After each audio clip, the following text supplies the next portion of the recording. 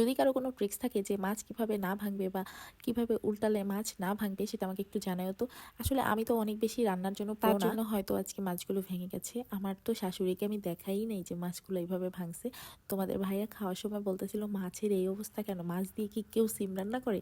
তো আসলে তো রান্না করা যায়, কিন্তু আমি তো মাছটা ভেঙে ফেলেছি। তো দেখো এই 5টা মাছ আমি পরে আবার নতুন তেল দিয়ে তারপরে আবার ভাজতেছিলাম। চিন্তা করতেছিলাম যে এই 5টা মাছ আছে, এই মাছগুলোকে আমি বাঁচাবো, মানে ওরা যেন না ভাঙে এই জন্য। তো দেখো এইটাও কিন্তু সম্ভব হয় নাই, এই মাছগুলো লেগে গেছে, কিন্তু তারপরও অত বেশি ভাঙে নাই।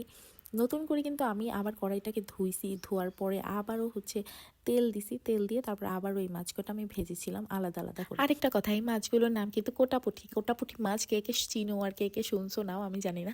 ধামরাইয়ের এদিকে কিন্তু কোটাপুঁটি বলে এই মাছগুলাকে। তো এগুলো কিন্তু নদীর মাছ। তোমাদের ভাইয়া কিছুদিন আগে অনেকগুলো নদীর মাছ এনেছিল, তো ওখান থেকে আলাদা আলাদা করে আমরা সব মাছগুলো আলাদা করছিলাম, কারণ ওখানে অনেক পাঁচমিশালি মাছ ছিল। মাছটা রান্না কিভাবে করতেছো এটা তো তোমরা দেখতেই পারছো।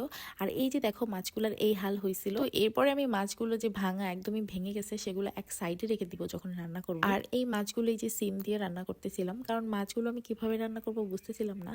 আর আমি না একটু পাকনামি করেছিলাম যে আমি আমার শাশুড়িকেও জিজ্ঞেস করি নাই যে মা আমি কিভাবে কোনটা দিয়ে কিভাবে রান্না করবো। এই মাছগুলো তোমাদের ভাইয়া নাকি অনেক বেশি ভেজে তারপরে খেতে বেশি পছন্দ করে। তো আমি কিন্তু আগে না জিজ্ঞেস করে রান্না করেই ভুলটা করেছি, কারণ মাছগুলো সবই ভেঙে গেছে একদমই। আর এই মাছগুলো আসলে অনেক মজা, কিন্তু কাঁটা দিয়ে একদমই ভরে গেছিল। তো তরকারিতে বেশি কাটা কোটা হইলে তোমাদের ভাইয়া সেটা খেতেই চায় না। আর কাঁটাযুক্ত মাছ তো এমনিতেও সে খেতে চায় না। এই মাছগুলো যদি খুব বেশি ফ্রাই করা হয় তাহলে কিন্তু মাছের কাঁটাগুলো অনেক নরম হয়ে যায়, তো এটা চাবিয়ে চাবিয়ে খেতে পারে। তো আমি ভাঙা মাছগুলো দেখো সবই